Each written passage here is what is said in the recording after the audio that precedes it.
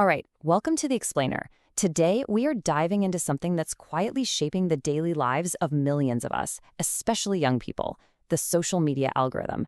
You know, all that personalized content you see? Is it a helpful guide, or is it something a little more complicated? Let's get into it. So let's just start with a feeling that I'm pretty sure we've all had. You know, you're talking about something with a friend, and then bam, ads for that exact thing are suddenly all over your feed. It's that kind of weird, slightly creepy feeling that the internet knows what you want, maybe even before you do. Well, that spooky, magical force actually has a name: the algorithm. It's basically, as you can see here, a set of rules that platforms like TikTok and Instagram use to figure out what to show you. It's all based on your behavior, what you click, what you like, how long you watch, and the number one goal: to keep you engaged, to keep you scrolling, watching, and clicking by feeding you exactly what it thinks you'll love.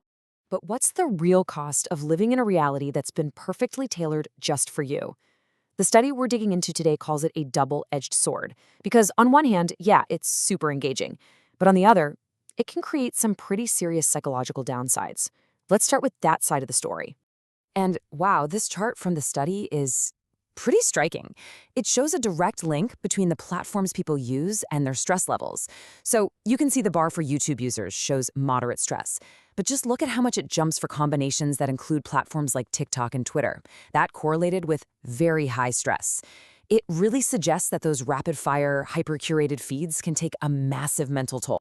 And these high-stress environments, they can lead to some real harm. The study connects that constant exposure to idealized content with things like increased social comparison and body dissatisfaction. It also warns about something called echo chambers. Think of them like a digital bubble that the algorithm creates, where you're only ever shown content that confirms what you already believe. It can totally cut you off from different points of view. This quote from a young person in the study, man, it just hits home, doesn't it? It shows so clearly how a single post, served up by an algorithm, can directly crater someone's self-esteem. It's just a stark reminder of the real human cost behind the screen.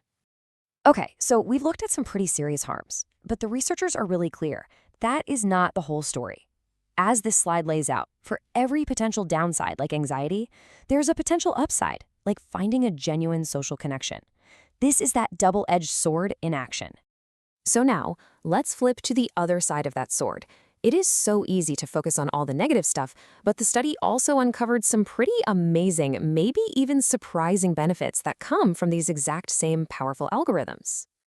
Take education, for instance. The study points out how algorithms can create these personalized learning paths that actually adapt to a student's individual pace. It even talks about systems that use AI to help teachers spot students who might be at risk, which means they can get help earlier and more effectively.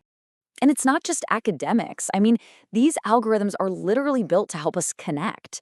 Whether it's finding a community for a super niche hobby or just being part of a global trend, they can be an incredibly powerful tool for making people feel less isolated and helping them find a real sense of belonging. You know, I absolutely love this quote. It just goes to show that your feed isn't always just about entertainment. It can be a place for genuine skill building. This person actually learned valuable life skills about communication and emotional expression, all from content the algorithm brought to them. Okay, so we've got significant risks on one side and some very real rewards on the other. The big question then is, how do we navigate this digital world to get more of the good stuff and less of the bad? Well, the study actually proposes a pretty clear path forward. The researchers call for what's basically a three-pronged attack. First, we need to promote digital literacy, actually teaching young people how these systems work under the hood. Second, we have to demand more ethical and transparent design from the companies building them. And third, we need better policies, actual regulations, to protect young users from the most harmful effects. When it comes right down to it, this is all about a fundamental shift in our relationship with technology. The goal is to move from being passive consumers, just kind of letting the algorithm decide what we see, to becoming active, conscious participants who engage with our feeds in a much more informed and intentional way. And that really brings us to the final takeaway, which is, honestly, a question for you, for all of us. The algorithm responds directly to what you do, your clicks, your likes, your shares. In this digital world, your attention is the most valuable currency there is. So, knowing its power for both good and for ill, how are you going to choose to spend it?